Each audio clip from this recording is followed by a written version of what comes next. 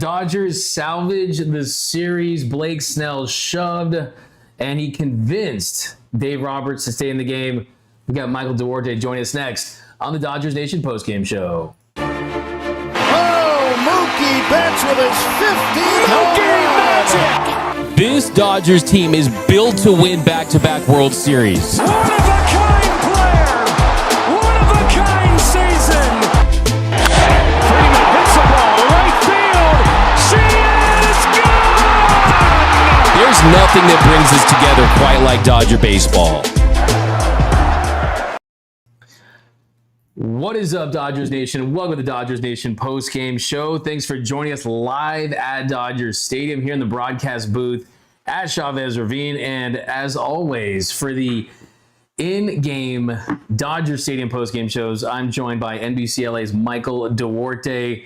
I heard now that Pedro Pascal, when he walks down the street, people go up to him and say, "Hey, is that Michael Duarte?" I purposely got a haircut so I would look less like Pedro Pascal.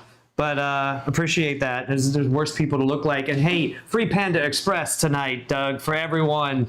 You know, that hashtag going out there, bullpen don't blow it challenge, it all worked out. I love that challenge. The bullpen definitely looked better tonight. Alex Vesia eager to get into this one. 3 scoreless appearances in a row for Tanner Scott. Did give up some hits, but has looked better for sure. Blake Snell is the story tonight. He looked absolutely elite. 12 strikeouts. That ties a season high for the Dodgers. Also, 24 whiffs. He was outstanding in this one. Let's go to some comments, though, right? I mean, you guys are burning the midnight oil, little Dodgers Nation postgame show after dark. So let's shout out to Daniel Klatt. Yeah. Daniel Klatt, sub DMAG, much needed. Oh, I was going to shout out to Oliver. I met a guy named Oliver who said, I told you he was waiting all night last night for the postgame show, and we did not go live. Why don't you tell him, Doug, why we didn't go live last night on the postgame show?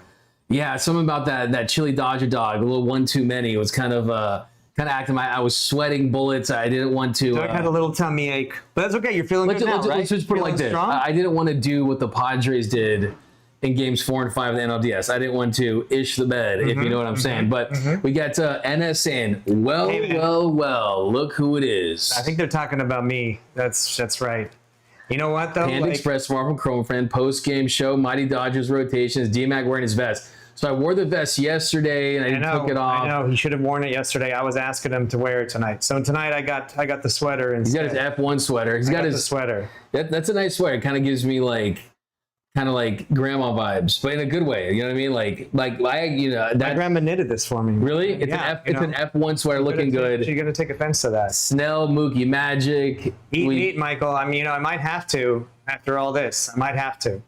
We got Roseman, D-Mac, what's up? Oh, look, it's the gentleman who looks like that actor. Okay. Can we talk about the best This is Lola, by the way. Hi, Lola. Lola's always... I heard a lot about you. Doug likes to talk a lot about the show. She sponsors the show. Box. She sponsors the show. Doug likes to talk a lot about his followers and listeners and watchers and audience during games. You guys are the best fans in the game. So let's get right into it, though. So MVP, right?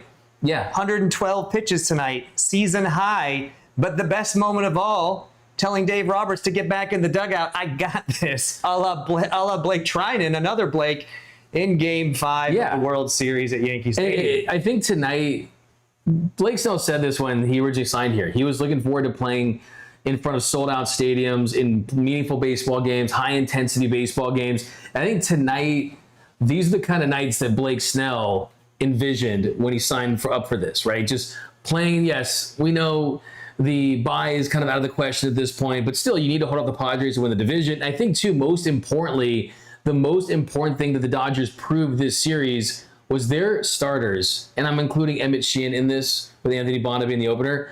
Emmet Sheehan, Shohei Ohtani, Blake Snell, they combined to give up 1 run against a hot Phillies lineup that was here to do damage. It was the bullpen that they did damage against. It was not the starter. So having that confidence, knowing that you're going to probably face this team at some point, the DS, the CS, we'll see if they can catch the Brewers. So, yes, it is a silver lining. Yes, it's some cope. Yes, it is a Mitchell at a half-full take. But you have to really feel good about the way that the starters performed against this lineup. Absolutely. Not just the 3 starters this series, but the way the starters have performed overall since August 1st. They have the best starting rotation ERA in all of baseball. And you talk about Blake Snell. This is a guy, as you know, Doug, he's been around a long time in this league. He's got the hardware to prove it and back it up. But there was one team, guys, in Major League Baseball that Blake Snell has never beaten, and it was the Philadelphia Phillies. So if you think it was a little personal tonight, he was able to beat the team that he has not beaten before. His first career win against them. That's good to see. And look, I know the bullpen right now, and for most of the season, reminds me of a gas station bathroom. But you have to like the way the starting pitching matched up against the Phillies starting pitching this series. Everyone's talking about this as a playoff preview. As it stands now, if the Dodgers were to get out of that wild card series, they would meet these Phillies in the NLDS, starting that series in Philadelphia, 2 games on the road before they come back for 2 games at home. And you just like the way Blake Snell pitched, Emmet Sheehan pitched. We didn't even see Yamamoto or Glasnow in this series. And I know they have Aaron Nola that's lurking in the wings, and Walker Buehler also, old friend Walker Buehler. Shout out to Walker effing Buehler. But I think the way Aaron Nola has performed this season, Zach Wheeler's out for the season, Walker Buehler hasn't had the best season. He was cut by the Red Sox. You got to like the way the starting pitching lines up if this was a postseason matchup. And Doug, we got to talk about something else that I tweeted out yesterday. So did you. Shohei's in the outfield, right? Not Angel's in the outfield. Ohtani's in the outfield. A former Angel in the outfield. Exactly. A former Angel in the outfield. Possibility. They're the most cringe seed in baseball. Possibility that we all get what we want. And that's Ohtani coming out of the bullpen to close out a playoff game at some point in the playoffs. I know we've talked about it. We've speculated it. The Dodgers have talked about it internally, Doug. We might see it, guys. We might actually see it. And that's pretty exciting. Yeah, I think, and we'll touch on that for sure. The big takeaway there is just anytime Shohei Ohtani has a reason to say something that lets you know over and over that he's literally willing to do anything to help this team win games, he's going to do that. I go back to what he said earlier this summer when they were doing some lineup changes and there was talk, does Mookie move down? When he was struggling, does he go back to leadoff? And what did Shohei Ohtani say? He said, hey, I would bat 9th for this team if I needed to, if that would help this team. We know that it would not help this team. We need him to bat at the top of the order, but it just goes to show. I mean, he's willing to do absolutely anything to help this team win a World Series, whether that be batting anywhere in the lineup, whether it be going 5 innings, pitching out of relief. The biggest takeaway is not necessarily in that, and we'll touch on that, and I do want to get to Blake Snell, but the other thing about that, about the Ohtani thing is, it just, to me, the biggest takeaway is that there have been ongoing conversations about the possibility of using him as a reliever. And for me, with that, it is, okay, look at this team. They've struggled mightily. This bullpen has been, for most nights, a dumpster fire of late. I mean, the ERA close to 7. I mean, you're talking about a Dodgers bullpen that since September 1st, they're one of the worst in baseball. And that's not normal for this franchise. Since 2021, they've had a top 5 bullpen every year. Right now, they're ranked 20th in the sport. But here's the thing. Do you really evaluate this Dodgers bullpen based on the pitchers that have pitched for this team? Ones that won't have a role potentially, one will have a decreased role, or would you look at it a little differently, knowing that there are names like Shohei Ohtani, like a Kyle Hurt potentially, who Dave Roberts told me before the game could be an option. Brock Stewart, he said, is going to come back. Emmet Sheehan is not going to be starting games most likely for this team, so he will be coming out of the pen. So this team is going to get bolstered out of the pen either by different personnel in different roles, or these guys are going to have to prove it. Now, there's just, the truth of the matter is we can analyze this all day, but at the end of the day, you're going to have to get appearances from Blake Treinen, from Tanner Scott, Kirby Yates. There's no guarantee, I don't think, for him that he's going to make it. But some of these guys that you've invested in, Alex Vesey, Anthony Banda, they're going to have to come through at some point for you if you want to win a World Series. So the best thing to do, I think, is think about this as a combination of, hey, how do we infuse it with talent, but also get the most out of the guys that are currently there? I mean, the Dodgers bullpen, I'm trying to look up the actual stat for you, Doug, but they've given up something like 76 home runs this season. That is 3rd worst in the National League. The only teams who've given up more home runs out of a bullpen, the Rockies, a last-place team, the Angels, a last-place team. So, and to your point, yes, in years previous, there was guys that would call up for AAA that would come out of relief out of the pen. There were guys that they would sign off a waiver claim and they would be here for 2 weeks and then they'd be gone. Lou Trevino, who's in the Phillies bullpen, by the way, for this series. We didn't see him this series, though.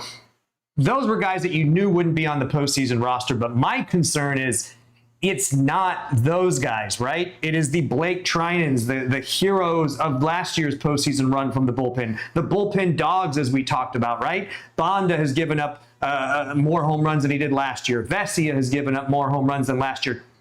Tanner Scott has given up more home runs than any time in his career, probably more home runs in the last 3 seasons combined, plus the 9 blown saves.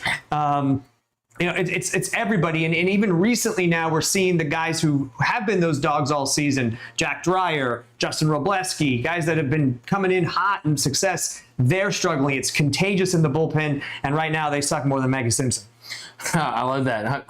Which can make that sound, but you gotta love Maggie. But no, absolutely. Could guys chime in what you think about this bullpen and how much confidence you have in the postseason. I can't read the comments right now. Doug has had them hidden, but here we go. I want to know what fans think, because the whole reason we're having these conversations about Ohtani potentially showing up out of the bullpen in the postseason is because right now there's nobody I think anyone trusts in that bullpen, and that includes Dave Roberts. He might as well just spin the wheel or pull a name out of a hat, because you never know who's going to do something. I don't know. I want to know who you guys have confidence in right now, because it seems like maybe these guys can go 2 outings without giving up a run, and then they just implode in one game. And lately it's all come to a head, and this goes back to this theme that we've been talking about, Doug, all season long, you and I on this postgame show.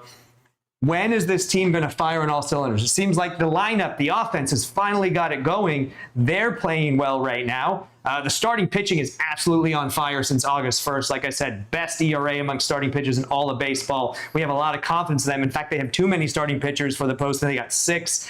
Right now, the defense has actually picked it up too. We haven't seen a lot of defensive mishaps. Looks like Teoscar Hernandez in right field has been playing better, more hustle. Looks like he's been working on his defensive game. We haven't seen those lapses like we saw in Colorado and Pittsburgh. So right now it's the bullpen that needs to carry the load and come up. And once you do, then you'll finally see this team fire on all cylinders.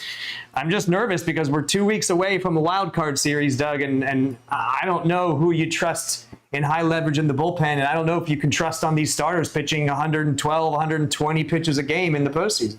See, that's the thing. I mean, when you look at strengths and weaknesses, if you were at the same point last year and you could flip it and you could say, give us a better starting rotation versus give us a stacked bullpen, everyone would prefer the starting rotation they have right now compared to the dogs that they had last season. And a lot of those guys are still on this team, and they still have an opportunity to turn things around. But you see someone like Blake Snell tonight, and I think there's a couple things in play. He has a career, a season high with the Dodgers as far as pitch count.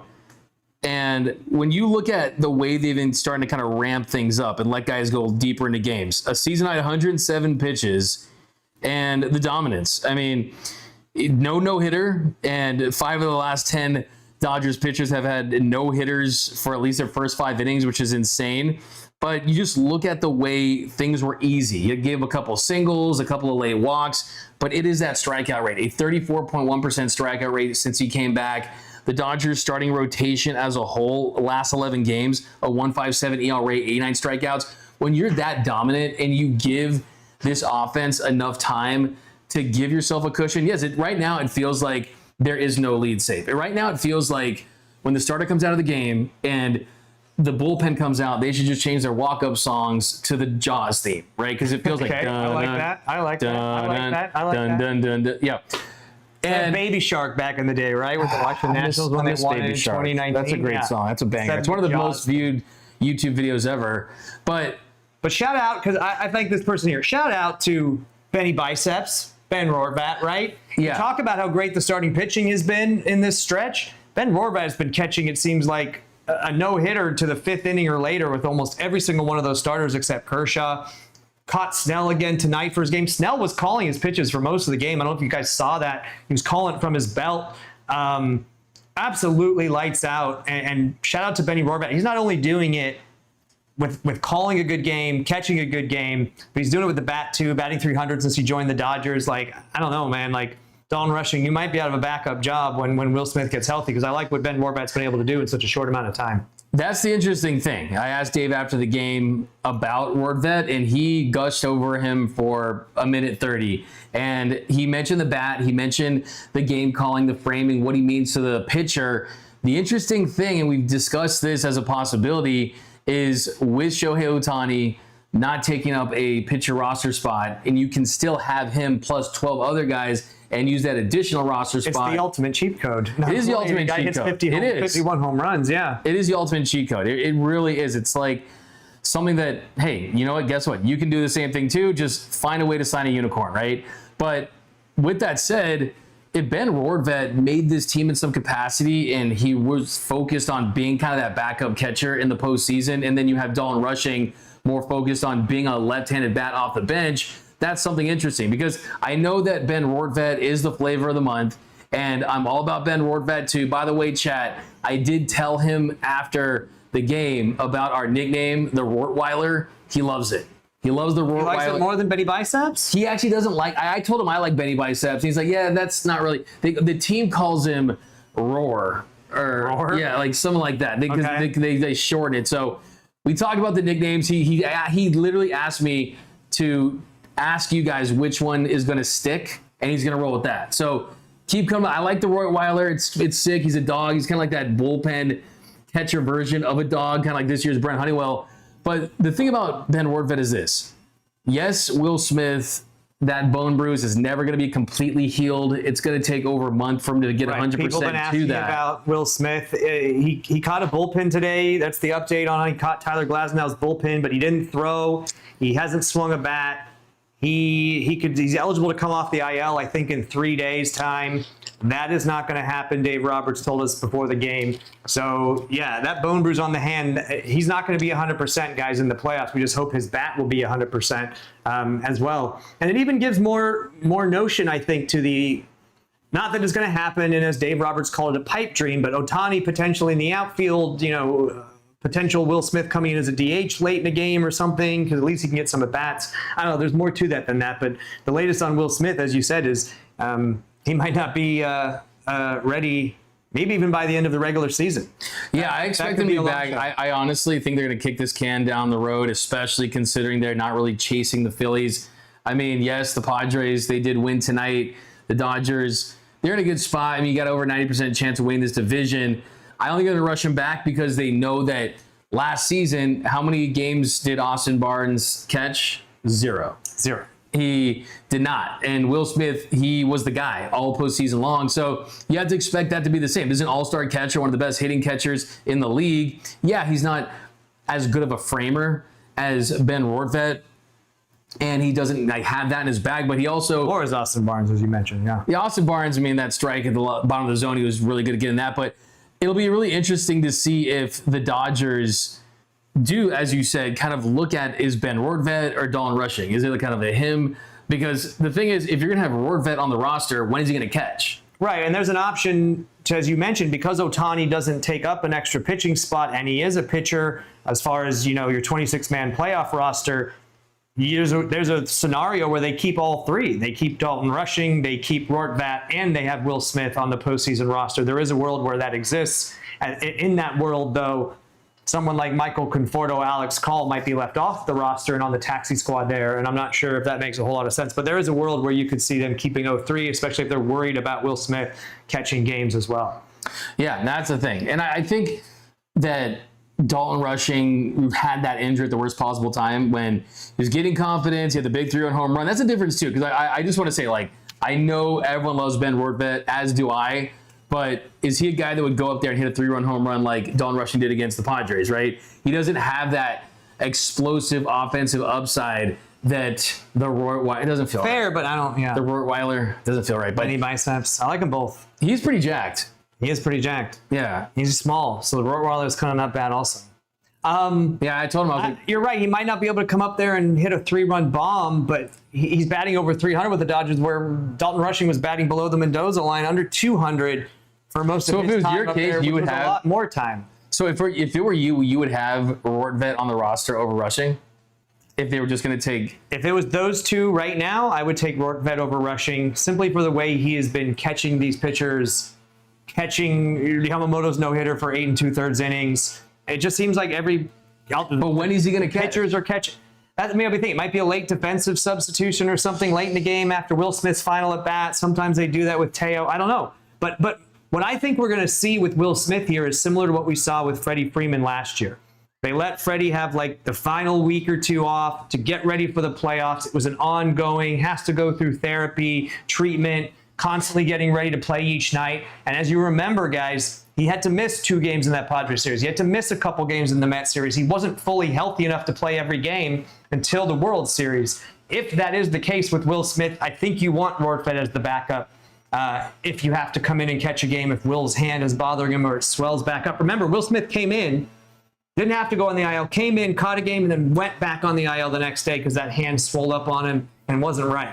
So that's concerning to me, and that's the reason why you would want Rortvedt in that situation in case in a playoff game, if he can't go, you'd rather have him than rushing. And you don't want him in a situation where if Rortvedt's on the taxi squad, you then have to take Will Smith off the entire roster for that round just to get Rortvedt in. So that is definitely the thought there. There's no doubt about it. And like the good thing is any of these guys that are trying to prove that they belong on this roster, you just want to put them in a position where they have to have a tough conversation. I think moving forward, he looks like a viable option. I mean, a lot of people said, oh, it should be Hunter Fiducia, and then they were able to trade Hunter Fiducia, get 2 valuable prospects. Then Rortvedt comes in. The team loves him. He's really infused this team with a lot of life. The pitchers love throwing to him, and yeah, I mean, he's definitely a late story here. Yeah. We got how many no-hitters that Rortvedt has caught, or no-hit innings 5+ from the whole staff.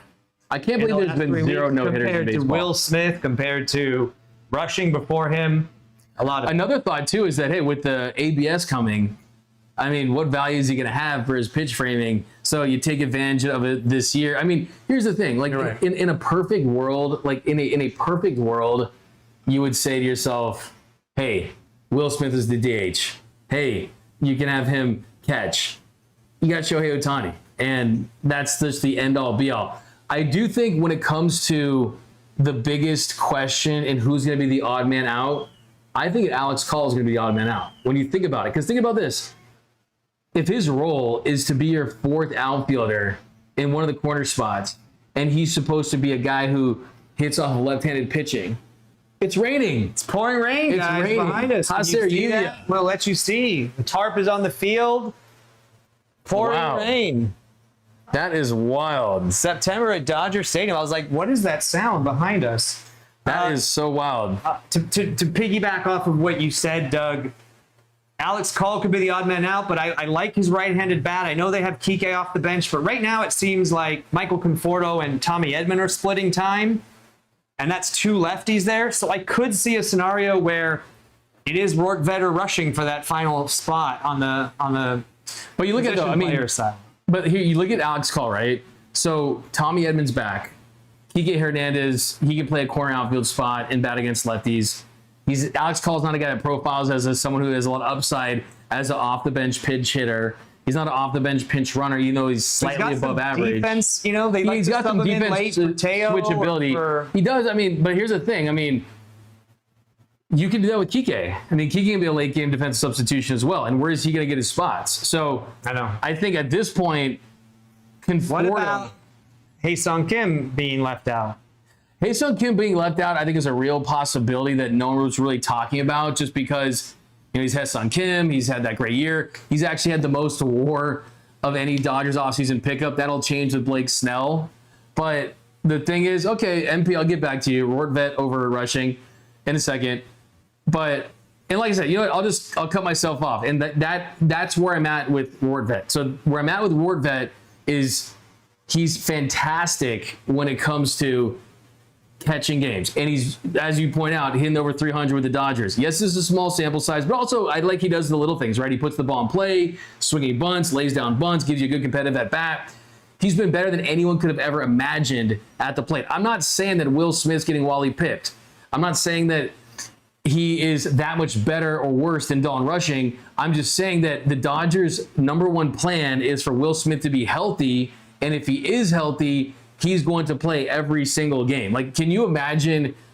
Will Smith has been one of the most, I dub him the clutch prince, right? He's been one of the most clutch Dodgers players at the bat, at the plate, since he's joined his club in 2019. So that's my issue, is that with Dawn Rushing, think about this. Who is the Dodgers' left-handed bat off the bench?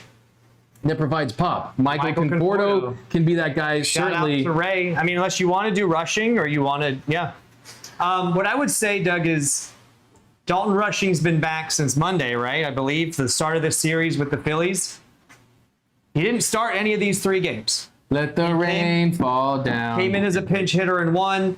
I think we have, what now, 10 games left in the season, something like that? Yeah. So you got 10 games to figure this out, and the way Dave is giving out these opportunities is really telling to me. Dave, I asked a question about Dave after the game as far as Blake Snell throwing 112 pitches. He's now thrown over 100 pitches twice this year. Yamamoto throwing 110 pitches in his no-hitter. Glasnow going 110. Like a lot of these guys who we never thought we would see pitchers throw over 100 pitches, they're suddenly throwing 100-plus pitches every single game. And Dave told me that they're in a playoff race now. For the Dodgers, the playoffs are now. They're trying to hold the Padres off for the division. They're trying to maybe catch the Phillies if they can, which is a long shot now. They're trying to not fall into the wild card. For them, this is their postseason, this push here, these last 10 games, and even before that, against the Giants, and here are these 3 against the Phillies. And we're seeing the team that he wants to put out there. He wants to put Tommy Edman out there in center field or at second base. He wants Miguel Rojas over. We haven't seen Ha-Seong Kim. We haven't seen Dalton Rushing. We did see an Alex Call start. We didn't really see a Conforto start, but I know it's against lefties. Max Muncy even hasn't been playing. They've been playing Kike against some of these left-handed pitchers, with Muncy still kind of getting back after getting hit in the head in San Francisco. So I think that's telling as far as what they're thinking and where the front office is thinking. They still have 10 days to play with it, but I think Rushing not playing any of these games is a sign to me that even the front office is kind of liking what Rortvedt's doing as well. Yeah, I mean, I think that's a good question to ask Dave tomorrow at the pregame scrum, is with the surprise of how he's been able to hit. Because let's be honest, if he came here and he hit like he had hit his whole career, this wouldn't even be a conversation.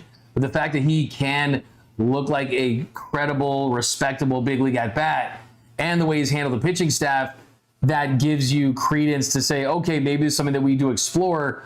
But there's a reason why they DFA'd Austin Barnes, because in the postseason, slugging wins, being explosive wins. And the truth is that Dalton Rushing can hit and do things that Ben Rortvedt, I don't think, will ever be able to do, right? Like as far as big, hard hit balls.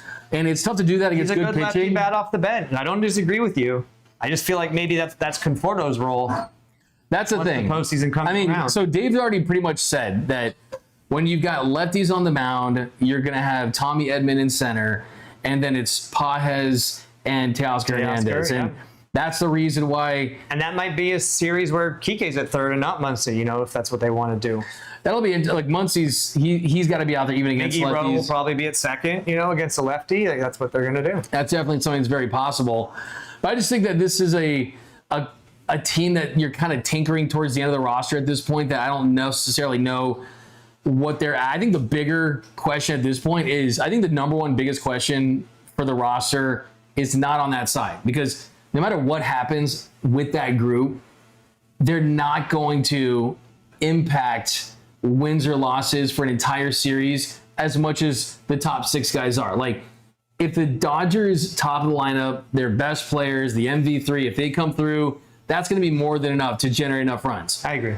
This postseason is going to hinge on the success or failure of their bullpen. So I think the biggest question down the stretch is, as you mentioned, you got 10 games. How quickly do you get Brock Stewart up here? Do you give Kyle Hurt a chance? I mean, Dave, I was surprised. I thought Dave was going to shoot me down. Yeah, you've been pushing this Kyle Hurt train for a while, yeah. But he said, he all but basically said they're going to find a way to get him. And what are they going to do? Pretty sure they're going to put Kirby Yates on the IL, right? Because I think they know what he looks like. I think that's the move for Brock Stewart coming up here, maybe Saturday. Saturday. That's probably going to be the move for in Brock Stewart getting in. Here, what if Brock Stewart comes back and he doesn't look good, right? I mean, he wasn't cleaning down there. Velo was trending like 96, something like that. I don't necessarily think that they view him based on, they have James Outman to get him, right? It's not like we traded for Mason Miller, Johan Duran, like he's in there no matter what. Like, if it's true what they say and they're going to take the best 13 pitchers, I think a couple things in play are, how well are those guys pitching right here and right now, and just having different looks. Andrew Friedman has mentioned that, like having a different look out of the bullpen. And I think Kirby Yates, when he's on, having a splitter that plays like that is huge. But with Kyle Hurt, we're talking about a changeup as a 50% whiff rate, right? I mean, having something like that is an interesting look. He's kind of an unknown too. So I think at this point, you trust guys that have helped get you here, quite frankly. But also, I don't think this team is in a position to just hope is a strategy for that group. I truly believe that they need to shake things up down the stretch. Because, I mean, ask yourself this question. Like, people are still asking about Roki Sasaki, you know? Roki's an interesting one because the calf thing and, like, is he going to get a big league start? Dave said that he's not someone that's been comfortable. I mean, that's just such a new role for him. But stuff-wise, the way it would play up, 100 with a forkball, like, I just want them to get extremely creative with how they're going to run things, because last year they got creative with the bullpen. And, yeah, I mean, you use guys... Well, you got creative in the sense that you punted games and you had like you played things differently. Your bad players to put in if you're losing and let the punt the game, and then you had like your dogs that you'd put in if it was a close game, your high leverage guys. But also, I mean, to answer your question, Walker Buehler closing it out. Like, to me, Shohei Ohtani pitching is creative. That would be Ohtani creative, yeah. Kyle Hurt last minute is creative. To me, I just feel like with Kyle Hurt, Kershaw, I want to throw this out too. Like, yeah, depending on how guys look, right? Jack Dreyer has been one of their best relievers all year, and he's pitched a lot of baseball. And look, Clayton Kershaw as a left-handed reliever, if these guys struggle down the stretch and it forces them to make a tough conversation, make a tough judgment on a young player, that's something where, I mean, you're basically essentially saying that there could be a world where you don't even see Clayton Kershaw. What would that look like for him coming out of the pen? Because Bond has been great, Vesey has been great, Jack Dreyer's been great, Tanner Scott has looked better. But if this team were to lose because of their bullpen and they did not turn over every stone to try to put together some type of Frankenstein's monster version of a bullpen, they're doing themselves a disservice, because this is a World Series, this is a championship lineup, a championship rotation, and a bullpen that, Little League World Series, no, but I mean, it's a bullpen that leaves a lot to be desired right now. Yeah, so I think Kyle Hurt ultimately is going to run out of time. He's coming off of Tommy John surgery. It reminds me a little bit about Gonsolin last year, right? Gonsolin was pitching in AAA at OKC. They were building him up. We were like, is he going to be available? They shut him down. I think ultimately that's what's going to happen with Kyle Hurt. As Dave told you today, it's not off the table. It's not a non-zero chance. But he could guarantee you Brock Stewart's going to get in some MLB games here with 10 left. He couldn't guarantee Kyle's going to get into some games without an injury or something crazy happening. And if he can't pitch in a major league game, I don't see him going on the roster. Also, those spots in the bullpen are super, super tight right now, right? We're talking about maybe Yates not making. I think Robleski sealed his fate that he won't make it, but we're talking about Sheehan's probably going to have to be in the bullpen for every single series the way he's been pitching, and you can't argue against that. I'll list them off, and you tell me if it's a lock or not. Okay, I'll list them off. What is the number we got? 13. 13? But how many starters? 3 or 4? You could do, I mean, assuming they're going to obviously play in the wild card round, I do think it is possible that you do see them take an extra position player just because you got Ohtani, you got extra arms. But let's be honest, like, big picture, like, who are the guys that they're going to lean on? So after we name the starters, right? So you're going to go Yama, you're going to go Snell, you're going to go Glasnow. Ohtani doesn't count for this, right? So you got, we'll say those 3. Okay. So that leaves us with 10 bullpen roles potentially on the roster. So you got Yamamoto game 1, Shohei Ohtani game 2, Blake Snell game 3, potentially. Any of these orders, yeah. You can't go wrong. Tyler Glasnow. So those are the 4 locks. I think Clayton Kershaw most likely is going to be left off for sure the wild card, and most likely to, I think, the NLDS roster. I think so. And then that puts you at 5. You're going Blake Trinan. Blake Trinan's on. Emmet Sheehan. Unfortunately, maybe. That's 6. Sheehan's on. Tanner Scott. That's 7. Tanner Scott. Michael Kopech. That's 8. Edgardo Enriquez. That's I'm 9. being honest. He's Alex Vesky, that's 10. Anthony Bonda. That's 11. Jack Dreyer. That's 12. And then you're talking about dipping Kershaw, into Ben Kasparius, Brock Stewart. I think Brock Stewart ultimately makes Kyle it. Hurt, like let's be honest. Yates. Let's be honest. The list goes on and on. The plan right now is Brock Stewart would have to lose the job, right? Like I think they so. want him on. Yeah, I think so, right. yeah. So at that point, That's why you traded you're for at him. 13 plus Shohei. Yeah. Right. So And he's been pitching well in his rehab starts at OK. yeah. So I mean, there's no Kyle Hurd. There's no Roki Sasaki. There is no Bruce Gradar making a miraculous late season comeback or We anything do like have a lot that. of lefties, Rossman. We Yeah, got a lot and there's a lot of in that lefties. pen. Yeah, a lot of lefties in that pen. There's a lot of lefties in that And we pen. thought we could unleash him against the Phillies, who struggle against lefties, but yeah, Andrew Heaney's another name. There's so many names. Yeah. I just think time's run out for I a was lot of gonna these ask about guys Heaney to tomorrow, appear in the 'cause major league games. They've turned him into a strikeout machine. They really have. And I look at this Dodgers team as a team that you kind of could possibly benefit. Like, I know this sounds like some cope just because I don't think they are obviously going to come back and get the 2 seed.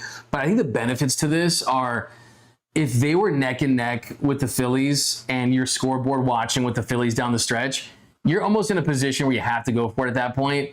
Dave has already said that you're looking at trying to win every single game, and the Phillies, they're close to catching the Brewers, right? So I think the benefit of this is Just the tip. if you can live comfortably here. We got a super chat here. We'll read this from Rosemary Rodriguez. What's up, Rosemary? Shout out to Always rocking Rosemary. with us. Yeah. $4.99. I went to the game and they won. I'm telling myself it was because of me. Good win on Nurses Night. Yes, the game ball, the team MVP goes to Rosemary. She is the good luck charm. Give her season tickets for the rest of the season and of the postseason. So Rosemary, thanks for Blake Snell's great start. Thanks for the home runs tonight. And yeah, you definitely did it for the Dodgers. Doug, the only reason I came tonight was because it was Nurses Night. I knew if anything went wrong with your stomach again, we would be well taken care of. Nurses throughout the stadium. Anything I did crazy, we had nurses here to take care of us. So that was always good for Nurses Night. Yeah, no. So what was the deal with Nurses Night? I didn't even. It was like Nurse Appreciation Night. Nurses got to come out. They got to honor them. One of them threw out the first pitch. Shout out to Nurses Night. All you nurses out there. Yeah, no, I saw. You've had a hospital stint. I've had a hospital stint before. Yeah. Nurses are like lifesavers. They really are. Nurses, shout out to the the great folks over at the great Cedar Sinai. They're awesome for sure. Stop raining. Yeah, I know it did. 17 rainouts in the history of Dodger Stadium. Hasn't been one since 2000 against the Astros. But yeah, I mean, what do you think about just the overall kind of mood for this team? Do you think that there's a sense of disappointment because they're going to be playing the wild card round? Doesn't feel like it, but I do think that they did need this game to have some momentum. Like I did say that having starters perform well against that lineup is definitely good for the morale. But I think that when you look at the Dodgers' plan, it's always to win the division, and they made that very clear. But one thing they have never specified was the importance of finishing with one of the top 2 seeds and getting that bye.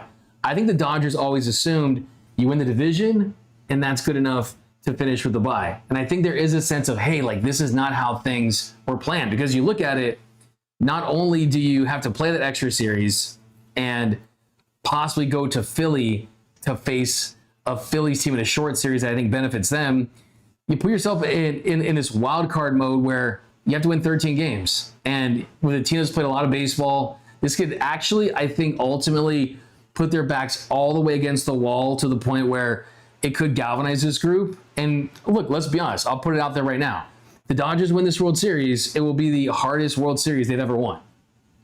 I would probably agree with you because they didn't get it done in 18. 20 was hard for different reasons, but obviously not as many games and in a bubble environment. No days off was really tough, and they came back from 3-1 against the Braves. But yeah, last year was hard because they didn't have the starting pitching. This year, you're going to have a plethora of starting pitching.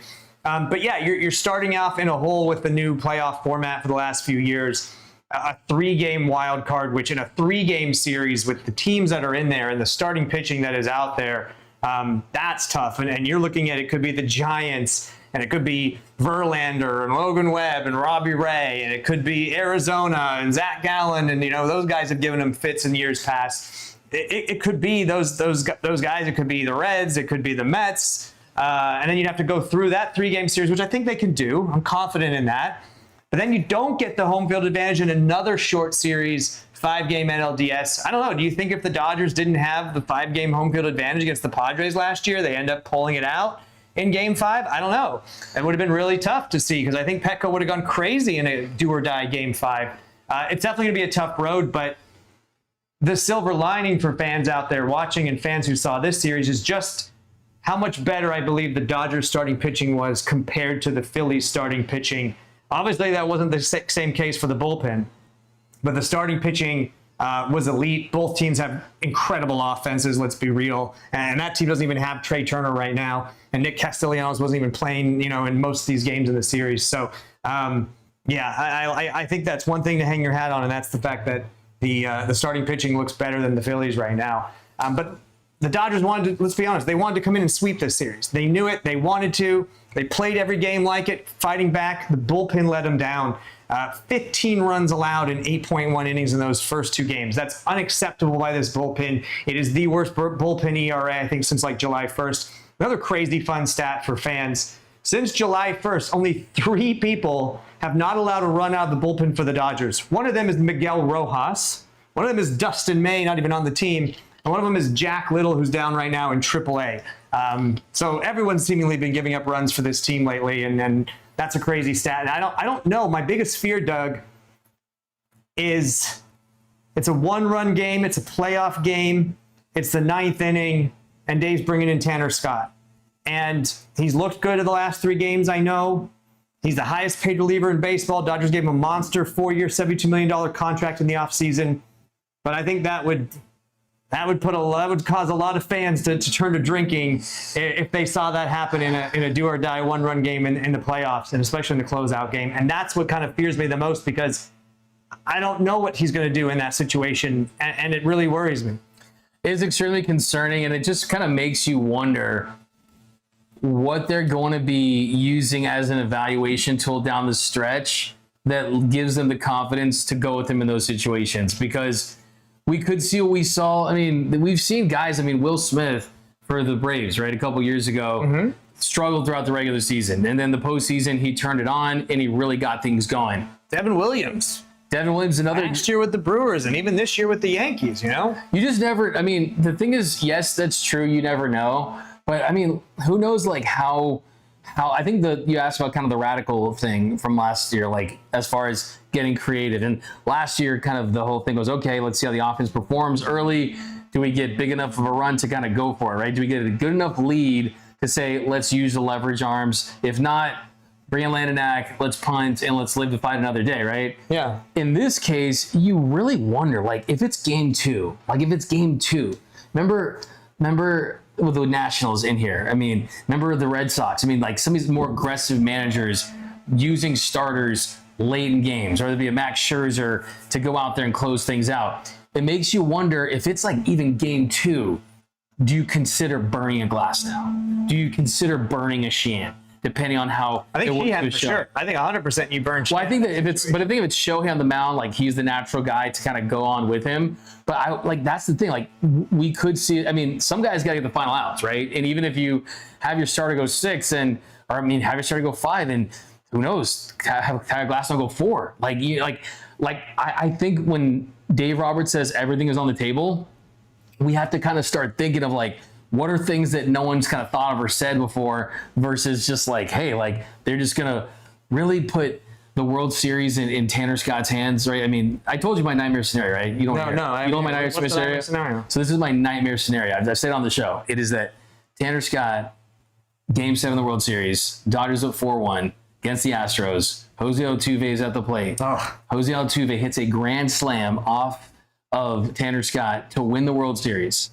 And Andrew Friedman feels so bad for signing Tanner Scott that he resigns. And because of that, Shohei Ohtani uses his contract opt-out, and then he signs with the Padres, and then wins because of Yu Darvish. This is an elaborate. He wins the World Series for the Padres the very next season. Only reason I say that is because I just cannot have a lineup and a rotation looks like this and put it in the hands of someone that struggled all season long.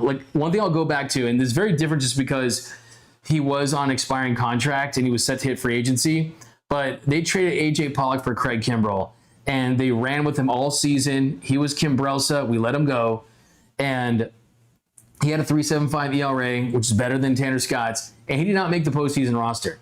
Tanner Scott's a little different because you have him under contract for 3 more years after this, and when he does look good, he does look decent, but can you imagine in Philly? Can you imagine in Milwaukee? This is a guy that has never pitched in those situations. He's never pitched for a big market in those situations. I think the number one guy that they would trust in those situations that they're going to give the ball to, despite how bad he's looked lately, is Blake Trinan. Yeah. And you just have to hope that he gets it together. Because let's just be honest. I mean, 4 of the Dodgers' last 5 losses, he's pitched very poorly, and he's been the reason why they've blown up a lead late. And if he struggles, yesterday was interesting because he got 2 outs on 5 pitches. He was efficient, and all of a sudden it blew up on him. Is he someone you kind of look at and you say, hey, we got to go a different direction? I think however you can utilize this starting rotation to your benefit that's the direction you need to go. Yeah, 100%. And one thing I'll say is that when the Dodgers have been successful in the postseason over this last decade or so, it is when they stopped saying this reliever has the 7th, this reliever has the 8th, and this reliever has the 9th.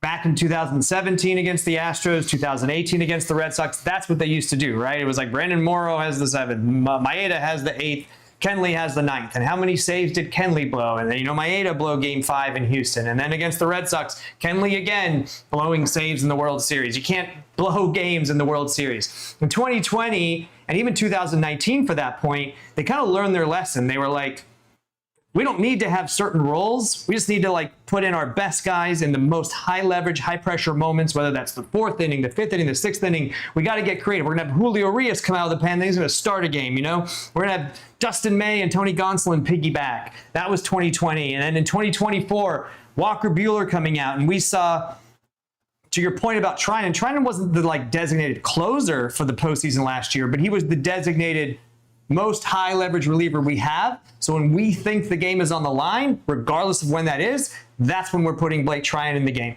And then after that, I would say Michael Kopech was probably number 2, right? And that's the thing. I'm genuinely, when I wake up at 3:30 in the morning in a cold sweat after eating what I did yesterday, the hot dogs, the chili, and what I was going through, I had the case of the early season Mookies. That's what I think. It's tough for me to trust those 2 guys right now just because they pitched a lot last season. I think that's a factor. And you bring up a fantastic point, is every single time they go on a run, there is that new development in a guy that's used in a different role. Julio Urias in 2020, last year Walker Buehler. Who is going to be that guy this year? And there's just something that kind of tells me Shohei Ohtani. Shohei is going to be that guy late for sure. But I do think that, yeah, if he gives you an efficient 6, I could see that in the postseason. Those are high-stress innings. You're facing good lineups, potentially on the road.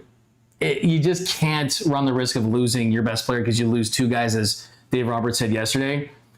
But you have 3 guys, 3 legitimate aces that are going to pitch in front of Tyler Glasnow. You have 3 in front of Glasnow. Yeah. I'm saying there's no discussion that's Yamamoto, Ohtani, and Snell. No discussion. And then Glasnow just had 7 no-hit, right? Mm-hmm. How do you take advantage of that without having to wait? My biggest fear is this. My biggest fear is saving bullets and saving for something that you're never going to have to actually use, right? Well, what was crazy, Doug, last year, in the bullpen games they had to pitch in the postseason, Dave Roberts in the front office had to find a way to get 27 outs amongst his bullpen.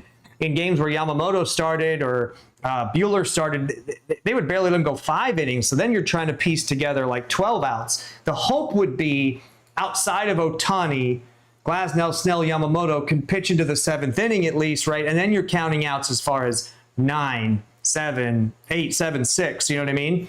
And which relievers can get us those outs? Now, obviously, they have to face 3 batters. But one thing I will say is, in the regular season, I think Dave Roberts lets the relievers have a longer leash. I think in the postseason, if Trinan doesn't have it and he can tell he's not locating his pitches early, if Michael Kopech's a great example, if he's not locating his Kopech early, he will have a guy up behind him and he will pull the cord really fast in the postseason. And like I said, if Blake Trinan is his most high leverage reliever, then maybe we'll see him in the 7th if that's where he thinks the game's going to be decided on, and not the 9th, and he'll try to find a way to get some of those other pieces together. But I agree with you. The bullpen is the biggest concern right now.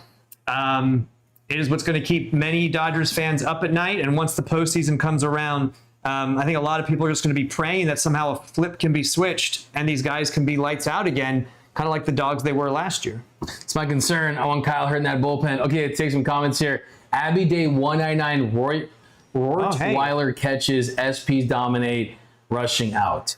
I agree with you, but where does Rortweiler catch in the postseason? That's the issue I have. Rosemary Rodriguez, Tanner Scott has been the better pen arm this series. Shook.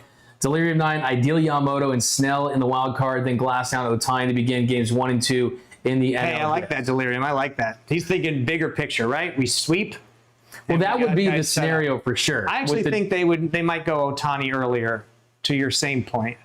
It's, yeah, I mean, earlier in the wild card? Yeah, like maybe game 2 or something. Yeah, I think that's a really good point. I mean, do they really want to go into a winter knowing they didn't use Ohtani, right? As good as he's looked. Like, we're talking pure stuff. Man, Snell looks so good tonight. He's so good. You could argue Snell is number 1. You could argue any of these guys have been pitching like aces. We have 4 legitimate aces, guys. Ask yourself this. The only starting rotation, we've been talking about this for 2 months, in the playoff teams that are, likely going to make the postseason, the only starting rotation that I look at is very good is the Brewers.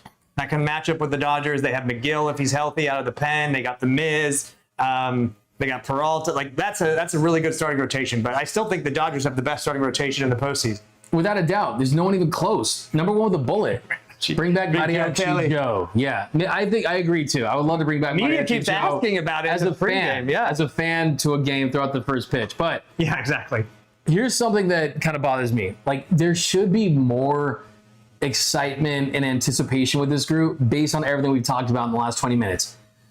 Ask yourself this question. Would you rather have the 1 seed in the National League, have the 2 seed in the National League, but no Tyler Glasnow and Blake Snell because you rushed them back and you forced them to pitch through shoulder injuries and elbow inflammation and then you lose them now? Or, no. Like, I hate to jinx it, knock on every piece of wood you can find in your house, but you are like a week away from having the most stacked rotation that we've ever seen in the Guggenheim era. In this era where you're going to win 12 of the last 13 division titles, you're about to enter the postseason with 4 legitimate elite starters. And I think that there was a sacrifice there. You could have rushed back Shohei Ohtani and pitched him in May. And then because of that, you have 5 or 6 more wins. And then you could have possibly had that same case with Blake Snell and Tyler Glasnow. Instead, even with Clayton Kershaw, right? You sacrifice wins in the regular season to make sure that these guys are going to be healthy when it mattered most, because that's the most important thing, is elite starting pitching. 100%. I'd rather have everyone healthy and ready to go and a lower seed than a top seed. And here's another thing to think about, right? And look, I think the Brewers have been the best team in baseball, honestly, since May. You know what I mean? They've just, early June, they've just been the best team in baseball, hands down. But they've never been in a situation where they're the front runner, right? Where they're so far ahead of the pack and everyone's chasing them. They're guaranteed, I would say, at this point, to have a bye where they finish 1 or 2.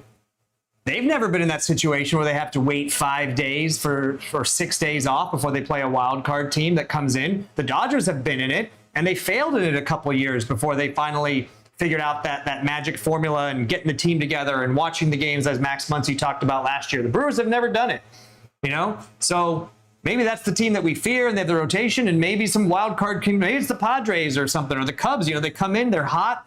They played 3 games before them, and they come in and beat them, and they start off rusty. There's a scenario in that. So it could behoove the Dodgers to keep playing and keep fighting like it's postseason baseball. We saw it in 2021, and honestly, if Max Muncy doesn't get hurt in the last day of the year, if Clayton Kershaw doesn't get hurt, if Max Scherzer doesn't throw out his arm, that team, having to play in a wild card and fight through, in my opinion, could have run the table too and won a World Series that year with those, ifs were big ifs. But that's just an example of why health matters more. Because I think if they had the health of those guys, those 3 in particular, they go through the gauntlet and they potentially come out on top. Absolutely. And 2, you think about it this way.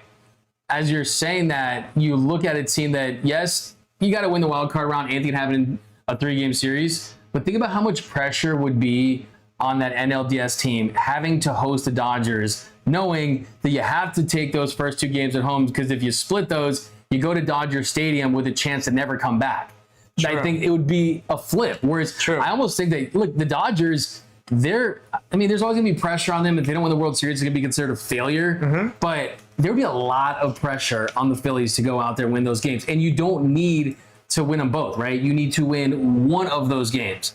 So I still think right now, if you told me the Dodgers advance in the wild card round, I think that there's a pretty good chance. Not ready to call it yet. Not going to do election style and call this thing, whatever, but I think there's a good chance that they win the World Series if you get past that wild card round for those reasons.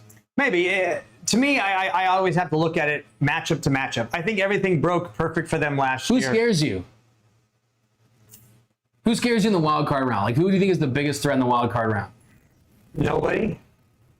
Who would you least want to play? Okay, the Giants would probably be the team I would least want to play in a wild card round, 3 games, just because of the starting pitching they have, short series. They know this team well. They're a division rival. They play them 13 times a year. That would be a team that would scare me in the wild card round. That's in that chase. Diamondbacks, maybe even 2, you could argue, from where they're at. But no, the Reds don't. The Mets don't.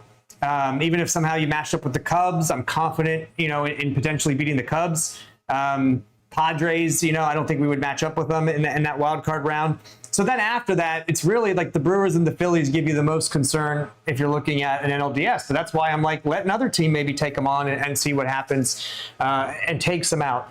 My fear, though, to piggyback off of what we're saying, is that everyone knows right now, everyone's watching the same games we are, right? They're watching this bullpen implode day in and day out against a good team like the Phillies, against a playoff team, against currently, as of today's Las Vegas odds, the World Series favorite. The Dodgers are no longer the favorite for the first time all year. The Phillies have jumped them.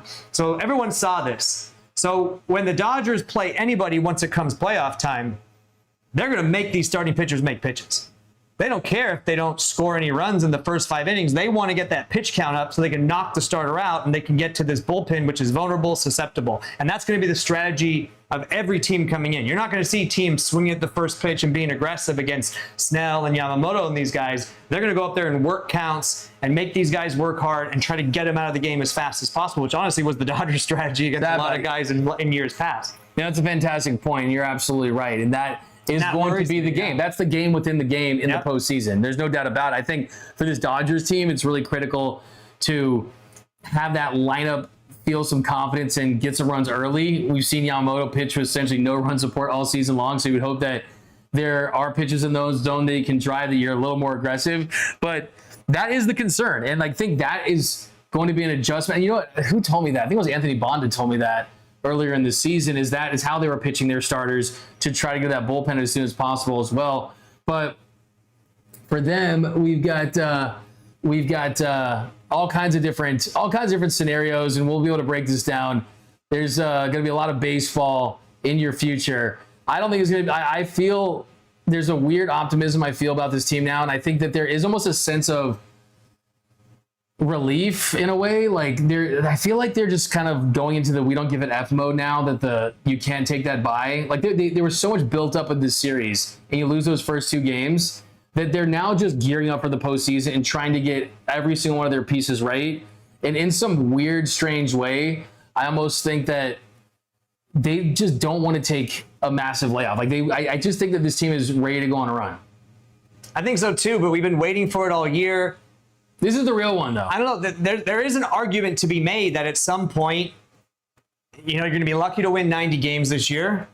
You're going to barely squeak by in the West, like where you had in years past. You might have you might end up with the 3 seed, but your record would indicate maybe you should have been the 4 or the 5 seed, in the National League. And then if you consider all the best records in baseball, they had the best record baseball in last year, number 1 seed throughout. And this year, maybe they were they finished 8th for best record in baseball, something like that.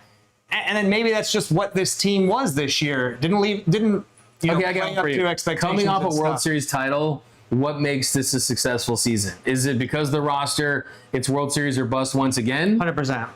100%. So even losing in the World Series is not good enough. Even if you get to the World Series and you lose, I think that's a bust, because I think they're better than every American League team. I really do. But fans who are watching this, viewers, fans of DMAC here and his show, I have said for years, and yes, the playoffs are a crapshoot, but what is the most important thing? Starting pitching, right? Really good, dominant starting pitching. You saw the Detroit Tigers with Tarek Skubal go all the way, to the division series and almost get into the CS last year with 1 really good starting pitcher. We have 4 of them. And you can even argue Sheehan makes 5 and Kershaw's the GOAT and he's 6. Like, that is the one thing that makes me feel confident and happy if this offense stays healthy. I'm looking at you, Max Muncy, you, Edmund, you, Will Smith. Get better, get that hand right. If the offense is healthy and at its peak and the starting pitching is where it's at, then all the bullpen, we have the concerns, but really we just need 2 or 3 guys to get like 6 or 9 outs, like I said, and I'm confident that the front office will run the gauntlets as much as they can once they have weeks and days to prepare to find those 2 or 3 guys to get those outs if the starting pitchers can get us deep. And I believe we have the best starting rotation entering the playoffs. And that's in my opinion, one of the most important things to win a chip. And I do think tonight, I was almost felt it was like a business decision by Blake Snell. He saw Vesey and he said, "Oh, are those runs going to be charged to me? Are you going to let me in, get myself out of this mess?" And I think please play that clip. Please play it for your viewers. Play it right now. I actually have it Blake in. Snell telling Dave Roberts. I actually have it in. You can hear the great dulcet tones of the great Michael Duarte during this video. So we'll end on this. We'll be back tomorrow in a rain-soaking Dodgers field. The tarp doing work right now. Yeah. It's a rare sight for you fans out there. Rare sight to see the tarp on the field at Dodger Stadium. That is rare. It happens once a year, right? Let's take a picture. That's not a green screen. Beautiful Dodger Stadium. All right, guys, that's going to do it. My name is Doug McKain. You can follow me on X and Instagram at DMAC_LA. Subscribe, hit the notification, but hit the like button. Go follow this guy, Michael Duarte, on X. He's got how do you do the pose in your profile pic? It's like this. It's like you're like, right. Oh, so that could be the buddy cop. Yeah, that's it. The buddy cop movie. Yeah. Do Charlie's Angels. Good cop, bad. No. Okay. Do the Shohei. Right. They're gonna clip that up. So go follow him, read his stuff, and we're gonna leave you with Blake Snell talking about Dave Roberts leaving him in the game and what went into that. And also we got the clip too. Look at Alex Vesia running in. He runs back and Blake Snell stays in and he gets the job done. But that's going to do it, guys. See you tomorrow morning on Dodgers Dugout Live. Remember, nothing brings together quite like Dodger baseball. And until next time, think blue, bleed blue, and we are out.